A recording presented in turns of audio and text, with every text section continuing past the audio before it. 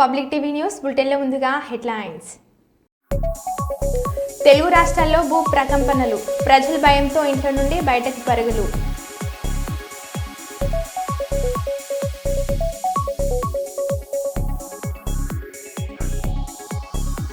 P Gannavaram మండలం నాగులంక ప్రాథమిక పాఠశాలలో కీచక ఉపాధ్యాయుడు.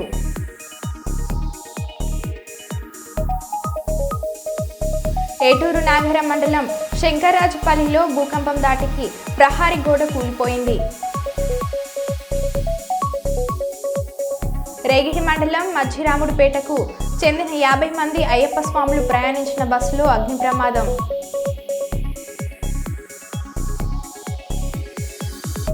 ములుగు జిల్లాలోని ఏటూరు నాగరంకు ఆర్టీసీ డిపో మంజూరు చేస్తూ ఉత్తర్వులు జారీ చేసిన రాష్ట్ర ప్రభుత్వం.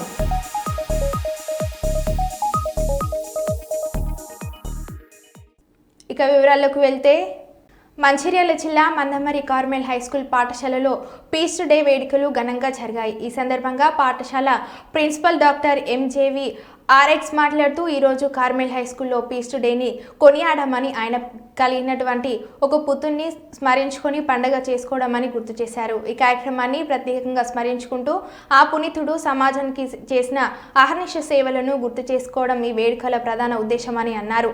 500 సంవత్సరాల క్రితం ఆయన చేసిన సేవలను గుర్తు చేస్తూ ఈ వేడుకలు నిర్వహించబడ్డాయని తెలిపారు. ఈ సందర్భంగా చిల్డ్రన్స్ డేలో గెలిచిన 175 మంది విద్యార్థులకు బహుమతులను అందజేశారు. ఈ బహుమతులు కేవలం విద్యలో మాత్రమే కాక వారి నైపుణ్యాలను కూడా గుర్తించి ఇచ్చినవని, విద్యార్థుల్లో సమగ్ర అభివృద్ధిని ప్రోత్సహించడమే ఈ కార్యక్రమం యొక్క ముఖ్య ఉద్దేశంగా పేర్కొంటూ ప్రతి విద్యార్థి కృషితో ఎదిగే అవకాశం పొందాలని, సమాజంలో సమానత్వం సాధించడంలో విద్య ముఖ్యమైన పాత్ర పోషిస్తుందని వారు చెప్పుకొచ్చారు.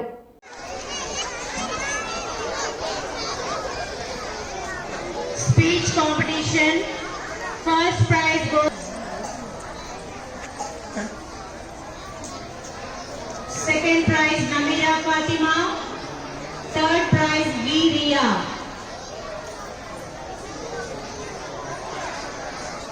Sai Adita 4th A1. First prize.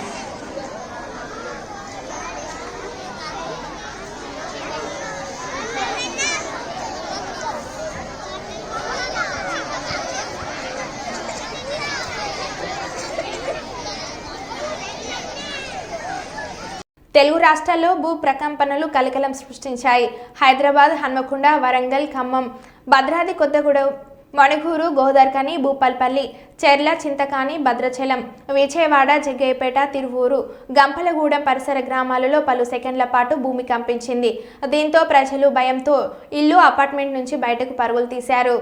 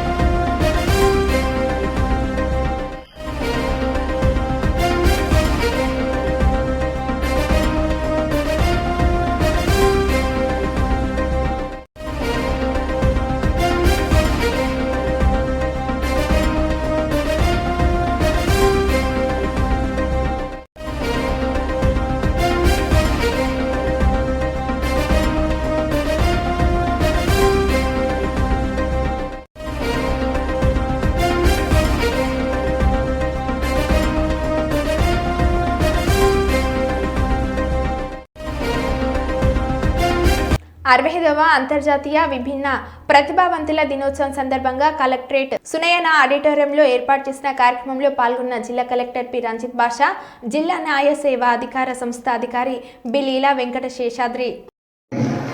మన గౌరవ జిల్లా కలెక్టర్ గారు కార్యక్రమంలో ఈ కార్యక్రమాన్ని మెంటల్గా కావచ్చు వీరందరినీ కూడా మనము డిజబిలిటీ అని అనుకుంటాం. అందరికీ తెలిసిన విషయమే కదా. సో ఈ డిజబిలిటీ డేని వాళ్ళ యొక్క ఎలా అంటే వాళ్ళు నేను డిజబిలిటీతో బాధపడుతున్నాను అనే విధంగా లేకుండా అందరితో పాటు వాళ్ళు కూడా సమానంగా ఎదగాలని అర్థం ఏంటంటే ఈ సంవత్సరం యాక్సెసిబిలిటీ టు లీడర్షిప్ నాయకత్వ లక్షణాలు ఉండాలి, అది కొనసాగించాలి. వికలాంగులకు, దివ్యాంగులకు, డిఫరెంట్లీ ఏబుల్డ్ పర్సన్స్ అంటే ప్రతి ఒక్కసారి, ఎందుకంటే దివ్యాంగులు వికలాంగులు అనే పదాలన్నింటినీ మార్చేసి ఇప్పుడు డిఫరెంట్లీ ఏబుల్డ్ పర్సన్స్ అంటే భిన్నమైన లక్షణాలు కలిగిన వ్యక్తిలాగా ఇలాగా ప్రతిసారి అంటే వాళ్ళకు డిగ్నిటీ ఆఫ్ లైఫ్ అనేది ఇవ్వాలనే ఉద్దేశంతోనే పదాలు కూడా మార్చడం జరుగుతుంది, టైం టు టైం మార్చడం జరుగుతుంది. డిజేబుల్ పర్సన్స్ అలా డిక్లేర్ చేశారు. డిఫరెంట్లీ ఏబుల్ పర్సన్స్ అంటున్నాం. సో ఆ సంవత్సరం నుంచి ఇప్పటిదాకా ప్రతి సంవత్సరం ఈ డేని మనం ఈరోజు ఇంటర్నేషనల్ డేగా మనం డిక్లేర్ చేసుకుని ఈరోజు మనం అందరం కూడా కలుస్తున్నాం. సో అందరూ కూడా ఈరోజు ఎందుకు ఈ సమావేశం ఏర్పాటు చేసుకున్నాము, ఎందుకు ఆనరబుల్ జడ్జి గారు అందరూ మిగతా ఆఫీసర్స్ మీరందరూ ఇక్కడ సమావేశం అయ్యారంటే, ఒకసారి మనకున్నటువంటి హక్కులు చట్టాల్లో మనం ఏం చెప్తున్నాయి, మనకున్నటువంటి ఫెసిలిటీస్ ఏమైనా ఇంకా ఫెసిలిటీస్లో ఇంకా కొన్ని లోటుపాట్లు ఉన్నాయి, ఇంకా కొన్ని రిక్వైర్మెంట్స్ ఉన్నాయి, అవన్నీ కూడా చెప్పడం జరిగింది అందరూ కూడా. సో ఒక అజెండాతో ఎవరి 5 years ఒకసారి ఒక అజెండాతో యూఎన్ఓలో ఈ ఇంటర్నేషనల్ డే జరిగినప్పుడు ఒక అజెండా, ఒక ఆబ్జెక్టివ్ తీసుకుంటారు. ఆ ఆబ్జెక్టివ్ ఏంటంటే, ఈసారి ఆబ్జెక్టివ్ ఏంటంటే amplifying the leadership of persons with disabilities for sustainable future. అంటే ఈ మన ఫ్యూచర్ డిసిషన్స్ తీసుకునే వాటిలో ఏదైతే డిసిషన్ తీసుకుంటున్నామో దాంట్లో కంపల్సరిగా ఇంక్లూజివ్నెస్ అంటే మీరు అందరూ ఇంక్లూడ్ కావాలి, అందరూ లీడర్స్గా ఎదగాలి, మీరందరూ అభిప్రాయాలతో పాటు తీసుకొని ఒక ఫ్యూచర్లో సలహాలు కానీ ఒక గవర్నమెంట్ పాలసీస్ కానీ అనుకూలంగా రావాలి, లేదంటే మీ అందరినీ దృష్టిలో పెట్టుకొని చేయాలి. అప్పుడే ఇంక్లూజివ్ సస్టైనబుల్ ఫ్యూచర్ ఉంటుందని చెప్పేసి ఒక నుంచి ఇంకా ఫెసిలిటీస్ పని మీరు రిక్వైర్మెంట్స్ అడిగి చెప్తున్నారు. ఇప్పుడు ఒకే హాస్టల్ అడిగారు. సో ఇప్పుడు ఆల్రెడీ 80% కంప్లీట్ అయింది. రిమైనింగ్ బడ్జెట్ కోసం ఆల్రెడీ ఒక లెటర్ కూడా పంపించడం జరిగింది. ఒక డివో లెటర్ కూడా ప్రిపేర్ చేస్తాం. ఖచ్చితంగా దీన్ని ఫాలో అప్ చేసి డెఫినెట్గా త్వరలోనే దీన్ని ఓపెనింగ్ చేయడానికి చర్యలు ఖచ్చితంగా తీసుకుంటామని చెప్పేసి మీ అందరికీ సందర్భంగా తెలియజేస్తున్నాం. రెండవది బ్యాక్లాగ్ వేకెన్సీస్ మొన్నే డిస్కస్ చేయడం జరిగింది. ఒక 17-18 దాకా వేకెన్సీస్ ఉన్నాయని చెప్పారు. మనం నేను వెరిఫై చేశాను, 65 ఉన్నారని మీ అసిస్టెంట్ చెప్పారు. డెఫినెట్గా బ్యాక్లాగ్ వేకెన్సీ సంబంధించి గవర్నమెంట్ నుంచి ఎక్స్టెన్షన్ జీవో రావాలి. అది రాగానే ఖచ్చితంగా అన్ని వేకెన్సీ ఫిల్అప్ చేయడానికి చర్యలు తీసుకుంటాం. సో మూడవది ఒక వారంటీ గురించి, ల్యాప్టాప్స్ ఇవన్నీ ఇస్తున్నారు కదా, వాటికి వారంటీ శాంక్షన్ లేట్ అవుతుంది అంటున్నారు. ఇది ఒక ప్రోగ్రామ్ లాగా పెట్టుకోండి. ఎవరి మంత్ మనం ఉన్న ప్రొసీజర్గా పాలసీ ప్రకారంగా వచ్చు ఏంటని చెకప్ చేసుకుని గవర్నమెంట్ కానీ సిఎస్ఆర్ ఏదో యాక్టివిటీస్లో ప్లాన్ చేద్దాం. సో ఈ ల్యాప్టాప్స్ కానీ అదర్ మీకు స్టూడెంట్స్ ఎవరైతే ఉన్నారో వాళ్ళకి ఏదైతే రిక్వైర్మెంట్స్ ఉన్నాయో అవన్నీ కూడా దీని ద్వారా చేస్తాం. అలాగే మ్యారేజ్ ఇన్సెంటివ్స్ ఇవన్నీ కూడా గవర్నమెంట్ పాలసీ ప్రకారంగా ఖచ్చితంగా ఇంప్లిమెంట్ చేయడానికి ఇబ్బందులు ఉంటే ఖచ్చితంగా వాటి మీద కూడా చర్యలు తీసుకుంటాం. డి శ్రీనివాస్ బాబు సార్ గారిని దృశ్యాలతో ఘనంగా సన్మానిస్తున్నారు. Big class. D Srinivas sir గారు టీచర్, తన సర్వీస్ గుర్తింపుగా మన గౌరవ జిల్లా కలెక్టర్ గారు సార్ చేతుల మీదుగా మరియు గౌరవ district legal service authority sir గారి చేతుల మీద దృశ్యాలతో ఘనంగా సన్మానిస్తున్నారు. సర్వీస్ అందించేందుకు గుర్తింపుగా గౌరవ జిల్లా అధికారుల చేత ఘనంగా దృశ్యాలు మరియు ఆనరబుల్ డిస్ట్రిక్ట్ జడ్జి గారి చేతుల మీదుగా హర్నాథ్ రెడ్డి గారిని ఘనంగా దృశ్యాలు మరియు మెమెంటో సెకండ్ ప్రైజ్ అందుకున్నారు. గౌరవ జిల్లా అధికారుల చేత సెకండ్ ప్రైజ్ అందుకున్నటువంటి అబ్దుల్ జావేద్ గారు కూడా ప్రత్యేక ధన్యవాదాలు. శివగారికి కూడా ప్రత్యేక ధన్యవాదాలు సార్. మనందరం ఒకసారి మళ్ళీ పిట్టి రాసుకోవడానికి ములుగు రోడ్లోని సబ్ స్టేషన్ ఎదుట ఆర్టిజన్ కార్మికుడు కృష్ణ మరణానికి న్యాయం చేయాలని జాగ్ ప్రతినిధులు ఈశ్వరరావు, వజీర్ సదానందం, ఐలయ్య, సాయిలు, రాజన్న, రాజేష్, చిరంజీవి, వెంకట్ మరియు కృష్ణ బంధువులు పెద్ద ఎత్తున ధర్నా చేశారు.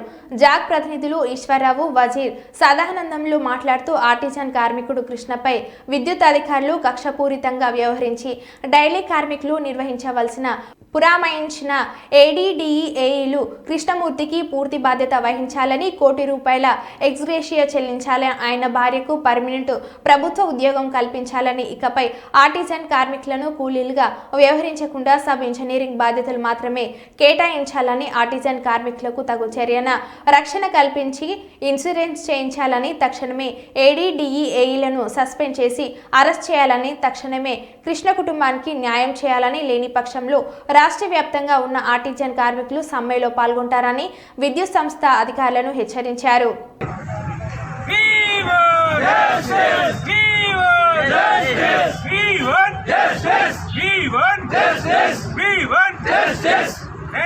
కృష్ణ కుటుంబానికి వెంటనే చెల్లించాలి వెంటనే. మొన్న 21వ తారీఖున నర్సంపేటలో ట్రాన్స్కోలో యాక్సిడెంట్ జరిగింది. గుగులో కృష్ణ అనే కార్మికుడు చాలా గాయపడ్డాడు. 12 రోజులు హైదరాబాద్ యశోద హాస్పిటల్లో మృత్యుతో పోరాడి నిన్న ఈవినింగ్ చనిపోయాడు. వాస్తవానికి ఆయన sub engineer post, engineering cadre. అటువంటి సబ్ ఇంజనీర్తో అక్కడ ఉన్నటువంటి నర్సంపేట ట్రాన్స్కో 132 కేవీలో ఉన్నటువంటి ఏఈ, ఏడీఈ, డిఈ ఈ ముగ్గురు కలిపి పెయింటింగ్ వర్క్ చేపిస్తూ ఉన్నారు. ఈ పెయింటింగ్ వర్క్ అనేది అడ్డ మీద కూలీలతోటి తీసుకొచ్చి పెయింటింగ్ చేపించి రాత్రికి 100-200 చేతిలో పెట్టి పంపిస్తారు. అటువంటిది ఒక సబ్ ఇంజనీర్ క్యాడర్ ఉన్నటువంటి వాళ్ళని బైక్ ఎక్కించి పెయింటింగ్ వేయించి చనిపోవడానికి కారకుడు అయ్యాడనంటే బహుశా మా అనుమానం ఈ కృష్ణ అనే అతని మీద ఆ ముగ్గురికి వ్యక్తిగత కక్షలు ఉండి ఆ రకంగా చనిపోవడానికి ఇది బేస్ చేసుకుని చనిపోవడానికి కారకులు అయ్యారేమని అనిపిస్తూ ఉంది. కాబట్టి వాళ్ళ కుటుంబానికి వెంటనే ₹1,00,00,000 నష్టపరిహారం చెల్లించాలి. బాధ్యులైనటువంటి ప్రమాదానికి బాధ్యులైనటువంటి ఏఈ, ఏడీఈ, డీఈల్ని వెంటనే సస్పెండ్ చేయాలి, అరెస్ట్ కూడా చేయాలి. ఇది కాని పక్షంలో ఇది ఇప్పటికే మన వరంగల్ ఎంజీఎం హాస్పిటల్లో డెడ్ బాడీ ఉంది, ఇప్పటికి పోస్ట్ మార్టం కాలే. వాళ్ళ భార్య, బంధువులు అందరూ కూడా ఇక్కడ ఉన్నారు. ట్రాన్స్కోలో ఉన్నటువంటి వివిధ సంఘాలు ఉన్నాయి, జేఏసీ ఉంది. మేమందరం కూడా ఉదయం నుంచి ఇక్కడ ఉన్నటువంటి సిఈ కానీ లేదా హైదరాబాద్లో ఉన్నటువంటి జేఎండీ కానీ, సిఎండీ కానీ, ట్రాన్స్కో సిఎండీ కానీ సరైనటువంటి స్పందన లేదు. కాబట్టి మేము చూస్తాం, ఇంకో గంటన్నర చూస్తాము. కాని పక్షంలో మా పోరాటాన్ని ఉధృతం చేస్తాము. ఇది రాష్ట్ర వ్యాప్తమైనటువంటి పోరాటంగా మారుస్తాము. అవసరమైతే ట్రాన్స్కోని అత్యంత కీలకమైనటువంటి వ్యవస్థ. ఈ టవర్ లైన్లు ఇవన్నీ కూడా ఈ రాష్ట్రానికి రైతుల నుంచి, ప్రజల నుంచి, పారిశ్రామిక ప్రాంతాల నుంచి, ఇండస్ట్రీకి అందరికీ కూడా కరెంటు చేరాలని అంటే ఈ ట్రాన్స్కో వ్యవస్థ అత్యంత కీలకమైంది. ఈ ట్రాన్స్కోలో ఉన్నటువంటి కార్మికుడే చనిపోతే మేనేజ్మెంట్ కానీ, ప్రభుత్వం కానీ, ట్రాన్స్కో సిఎండీ కానీ స్పందించలేదు. కాబట్టి మేము చూసింది ఇప్పుడు 1 గంట 2 గంటలు చూస్తాం. కాని పక్షంలో రాష్ట్ర వ్యాప్తంగా పిలుపునిస్తాము. ఆ పిలుపు ఏంటనేది ఇప్పుడు చెప్పడం కంటే ఆచరణలోనే చేసి చూపిస్తామని చెప్పేసి తెలియజేస్తా ఉన్నాం. Thank you. తెలంగాణ విద్యుత్ సంస్థలో 20,000 మంది ఆర్టిజన్ కార్మికులు ఉన్నారు. వాళ్ళు ఎంతో కష్టపడి పనిచేసి 24 గంటలు నిరంతరం ప్రజలకి విద్యుత్తుని సరఫరా చేస్తున్నారు. అందులో భాగంగానే కృష్ణ అని ఇక్కడ నర్సంపేటలో ఉన్నటువంటి ఆర్టిజన్ కార్మికుడు గ్రేడ్ 1 ఆ కాలం మరణం చెందినాడు. అది దీనికి కారణం ఏంటంటే కేవలం అధికారుల నిర్లక్ష్యం కారణంగానే అతను ప్రాణాలు కోల్పోయినట్టుగా మనకి 100% తెలిసి వచ్చినది. ఎందుకంటే మిత్రులారా, అతన్ని పైకి పంపించి పోల్ మీదకి ఎక్కించి కరెంట్ ఉన్న చోట మరి 220 kV సబ్ స్టేషన్ అంటే మాటలు కాదు, అది ఎంత దూరమైనా లాగేస్తుంది. అలాంటిది అక్కడికి ఎక్కించి గ్రేడ్ 1 ఆర్టిజన్లకి పెయింట్ వేయించడంలో అతను ప్రాణాలు కోల్పోయాడు. అతనికి వాస్తవంగా ఇప్పుడు ఎవరు చనిపోయినా కూడా ఈ విద్యుత్ సంస్థలో ఏ ఆర్టిజన్ చనిపోయినా కూడా ₹1,15,00,000 నష్టపరిహారం ఇవ్వాలనే ఉద్దేశంతో ఎన్పిటిసిఎల్లో, హెచ్టిటిసిఎల్లో ఇక్కడ ఏం జరుగుతుందంటే ఇన్సూరెన్స్ చేశారు. ఇదే ట్రాన్స్కో చేయలే. ఇప్పుడు వాళ్ళు ఏంటంటే ఈ డబ్బులు ఎవడు కట్టాలి? ఎవడైతే పని చేయించిండో వాడు కట్టాలి, ఏ అయితే ఆఫీసర్లు ఉన్నారో వాడు కట్టాలి. అయితే ముఖ్యంగా ఏంటంటే అక్కడ ఎవరు చనిపోయినా కూడా 1 కోటి చిల్లర డబ్బులు వస్తున్నాయి, నష్టపరిహారం వస్తూ ఉంది. ఎవరు చావాలని కోరుకోరు. కాకపోతే ఇక్కడ జరిగింది ఏంటంటే ఇక్కడ అధికార నిర్లక్ష్యం వల్లే ఇతని ప్రాణాలు కోల్పోయి చిన్న చిన్న పిల్లలు ఉన్నారు, భార్య ఉంది, తల్లి ఉంది, వీళ్ళంతా కుటుంబం మొత్తం రోడ్డు పాలైంది. మరి ఇలాంటి వారికి నష్టపరిహారం ఎవడు ఇవ్వాలి? ఇప్పుడు మేము అధికారులకు అదే అడిగాము, సీఎండీకి ఫోన్ చేశాము, అదే జేఎండీకి ఫోన్ చేశాము, అలాగే అందరికీ ఫోన్లు చేశాము, కానీ ఇంతవరకు స్పందన లేదు. మరి ఇన్సూరెన్స్ లేనిది మనం ఏం చేస్తామంటున్నారు? మీ జేబులో నుంచి కట్టాలి. ఎవరైతే తప్పు చేసి అంబేద్కర్ కోనసీమ జిల్లా పి గన్నవరం మండలం నాగులంక ప్రాథమిక పాఠశాలలో కీచక ఉపాధ్యాయుడు 2, 3, 4 తరగతి చదువుతున్న విద్యార్థుల పట్ల అసభ్యకర ప్రవర్తన, లైంగిక దాడికి పాల్పడుతున్న ఉపాధ్యాయుడు విద్యార్థులకు సెల్ ఫోన్లో అసభ్యకర చిత్రాలు చూపిస్తూ వారిని తాకరని చోట తాకుతూ మానవ మృగంలా ప్రవర్తిస్తున్న 58 సంవత్సరాల కీచక ఉపాధ్యాయుడు. ఈ విషయం అంతటిని స్కూల్లో పనిచేస్తున్న ఆయే గమనించి విషయం స్థానికులకు తెలపడంతో ఉపాధ్యాయుడికి దేహశుద్ధి చేసి పోలీసులకు అప్పగించారు. పోలీసులు కేసు నమోదు చేసి దర్యాప్తు చేస్తున్నారు.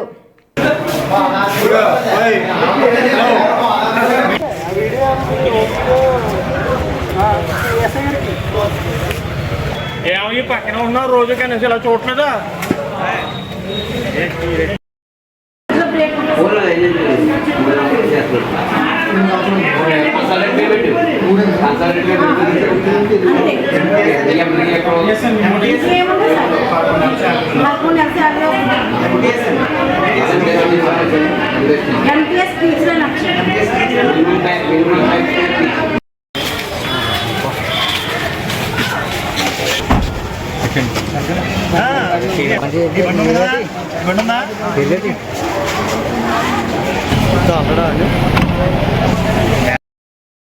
ములుగు జిల్లా ఏటూరు నాగరం మండలం శంకర్రాజుపల్లిలో భూకంపం దాటికి ప్రహరీ గోడ కూలిపోయింది. భూ ప్రకంపనలు గోడ కూలిన సమయంలో ఎవరు లేకపోవడంతో ప్రమాదం తప్పింది. భూకంప తీవ్రత అత్యధికంగా ములుగు జిల్లాలో 5.3 రిక్టర్ స్కేల్గా నమోదైంది. ఏటూరు నాగరం గోదావరి పరివాహక ప్రాంతం కావడంతో భూకంప తీవ్రత అధికంగా ఉంది. ములుగు జిల్లా ఏటూరు నాగరం సాయిబాబా ఆలయంలో సీసీ కెమెరాలో రికార్డ్ అయిన దృశ్యాలు.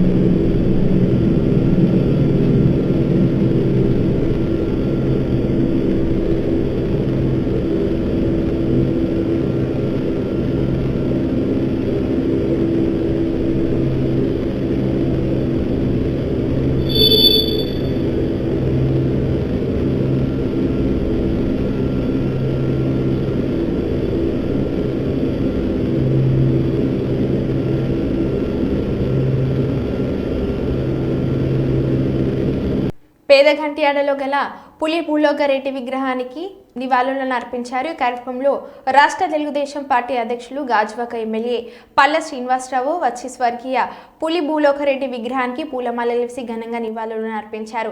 ఆయన కుమారుడు జిల్లా తెలుగుదేశం ఉపాధ్యక్షులు పులి రమణారెడ్డి ఆధ్వర్యంలో జరిగిన ఈ కార్యక్రమంలో ఎమ్మెల్యే మాట్లాడుతూ నిర్వాసితుల కోసం ఆయన జీవితాన్ని త్యాగం చేసిన మహామనిషి పులి భూలోకరెడ్డి అని, ఆయన నిర్వాసితుల కోసం ఢిల్లీ రాక వెళ్లి సాధించుకొని వచ్చి వారికి ఉద్యోగ కల్పన ఉపాధి కల్పించిన ఘనత ఆయనకి దక్కుతుందని, ఆయన అంత వయసులోని కూడా లెక్క చేయకుండా నిర్వాసితుల ఉద్యమాల్లో పాల్గొనేవారని, ఆయన ఉండబట్టే నిర్వాసితులు ఈరోజు స్టీల్ ప్లాంట్లలో ఉద్యోగాలు చేయగలుగుతున్నారని గుర్తు చేశారు.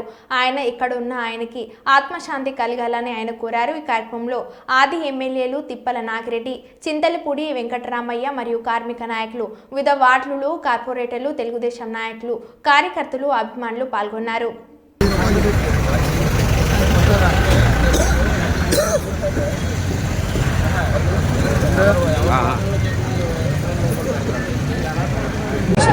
పులి భూలోకరెడ్డి గారు 17వ వార్డు సందర్భంగా వాళ్ళు కుమారుడైనటువంటి పులి రమణారెడ్డి గారు అలాగే స్థానిక కార్పొరేటర్ మోడల్ గారు అయినటువంటి లక్ష్మీబాయి గారు ఆధ్వర్యంలో ఈ కార్యక్రమం చేపట్టడం జరిగింది. దానికి ముఖ్య అతిథిగా మాజీ శాసనసభ్యులు